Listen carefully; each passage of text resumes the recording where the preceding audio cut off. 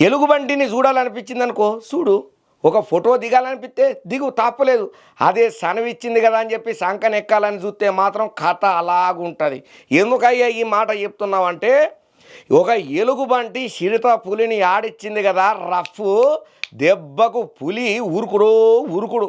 మరి గంతగనం ఎలుగుబంటి అసలు పులిని చూస్తే భయపడుతుంది కదా, గంత తరిమి కొట్టే పనే ఉన్నది, పులి ఉరికింది ఎందుకు అని అంటారా? ఓ వార్త చూడండి, మీకే అర్థమవుతుంది. జనరల్గా చాలా మందికి ఒకటి ఉంటుంది, అది మనుషులకైనా జంతువులకైనా, అవతలోటి ఎవడన్నా చూసి మనల్ని భయపడుతున్నాడు అంటే వాడిని ఇంకా బొగులు పుట్టించేటట్టే చేస్తుంటారు కదా. ఇక అట్లనే చేద్దామని చూసినటువంటి పులికి సుక్కలు చూపించిందయ్యా ఒక ఎలుగుబంటి. ఏమైందో ఏం భగనో ఏమో తెలియదు కానీ ఎలుగుబంటి మీద జర్ర గుర్రుగా చూసి ఏం చెయ్యబోయిందో ఎలుగుబంటినో ఎలుగుబంటి పిల్లనో తెలియదు కానీ శాంటి పిల్లతో ఉన్నటువంటి ఎలుగుబంటి తిరుగు దాడి చేసుడు మొదలు పెట్టుడితోటి లాభో దీపో అనుకుంటా చెట్ల పొదలకు ఎట్లా ఉరకాలనో అట్లా ఉరికింది పారా భయంతోని పులి.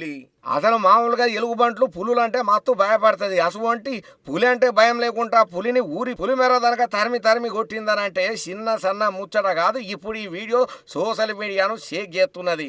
సరే, ఈ వీడియోలో మనం గొప్పగా చెప్పుకునే ముచ్చట ఏందనంటే, ఎలుగుబంటి పులి మీద దాడి చేయబోతుంటే వెనకాల ఉన్నటువంటి చిన్న గున్న ఎలుగుబంటి వద్దమ్మా వదిలేయమ్మా అమ్మా పోనీ అమ్మా పోనీ బట్ట బజగాన్ని వదిలేయి అన్నా సుతం ఈనకుంటా తల్లి ఎలుగుబంటు పులిని తరిమి తరిమి ఉరికి ఇవ్వబట్టింది. ఇప్పుడు ఈ వీడియో సోషల్ మీడియాలో మస్తు వైరల్ అవుతున్నది, ట్రెండింగ్లకు పోతున్నది. అయ్యా గట్లుంటది మరి.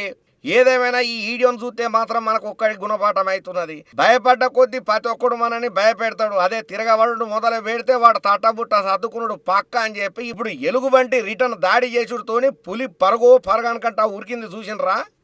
గట్లుంటది చూడుండ్రి కథ.